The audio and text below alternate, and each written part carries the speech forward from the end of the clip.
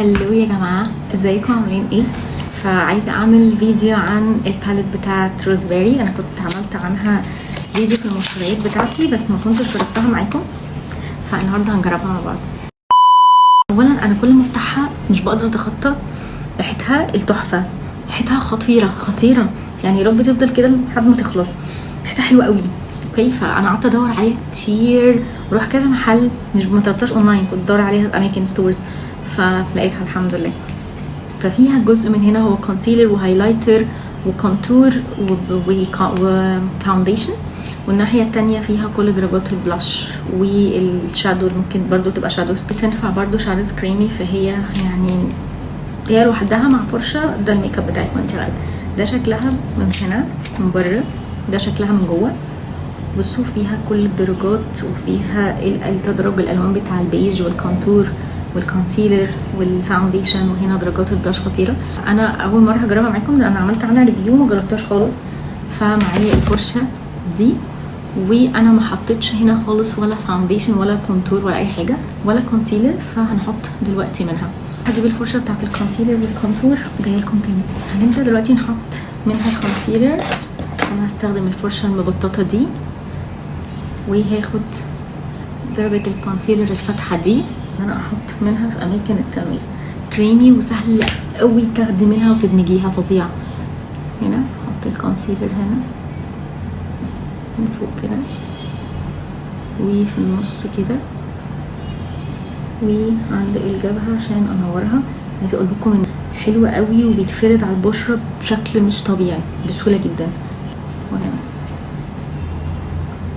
فظيع، انا حاسه ان الدمج بتاعه هيبقى اسهل اصلا بكتير. حطيت هنا كل اماكن التنوير. هاخد بقى بعد كده الدرجه الغامقه دي از كونتور. الدرجه الغامقه دي بصوا كريمي يا جماعه، سهله قوي تاخديها على الفرشه وسهله قوي تدمجيها على البشره، غير ريحته بقى الجناني. هحط الكونتور تحته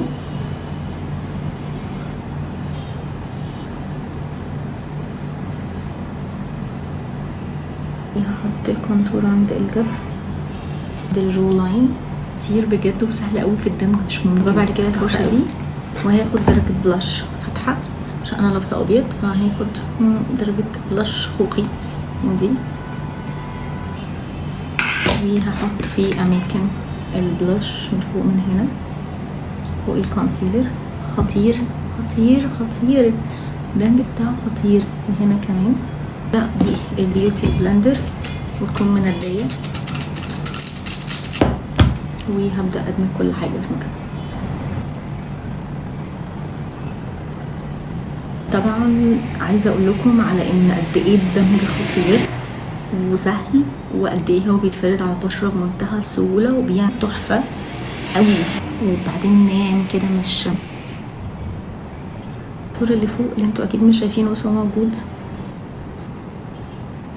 هنجي الكونسيلر بنفس الفيديو بس الجزء التاني عشان ما يهدنيش لون الكونتور على الكونسيلر. البراش بتاعت الكونسيلر وهدمج الكونسيلر في مكانه. اكيد يا جماعه انتوا شايفين الاضاءه بقت عامله ازاي. بيوتي بلندر عشان لو في اي زياده تتسحب. وبعد كده بالبراش بتاعت الكونتور هدمج برضه الكونتور في مكانه.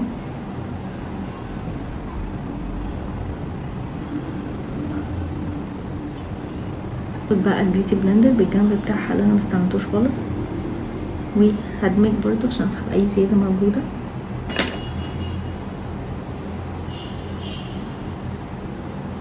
تحفه تحفه تحفه تحفه، ريحته حلوه قوي، دمجه طبيعي. بس كده يا جماعه بجد حلوه قوي، يعني قشرها حلوه قوي طبيعي جدا. الكونتور اللي من فوق مغمق لي المنطقه بتاعه الجبهه بس مش قوي.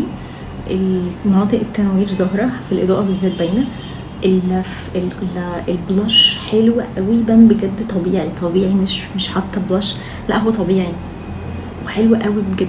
تحفه تحفه تحفه حلوه قوي. يمكن مش الكاميرا الحاجات دي بتبقى ظاهره بالذات لما يكون شكلها طبيعي وناتشورال، وانا عشان مش مكتره الكميه، بس هو بجد حلو قوي. اديله 10 من 10 ده غير ريحته. فاستخدمت معاكم النهارده الكونتور والكونسيلر والبلاش. فلو حابين نجرب الباليت دي اكتر في لوكات اكتر اكتبوا لي في الكومنتس نجربها مع بعض، واشوفكم في الفيديو اللي جاي. يا جماعه الباليت دي تاخد 10 على 10. دي الباليت الكونتور والبلاش من روزبيري.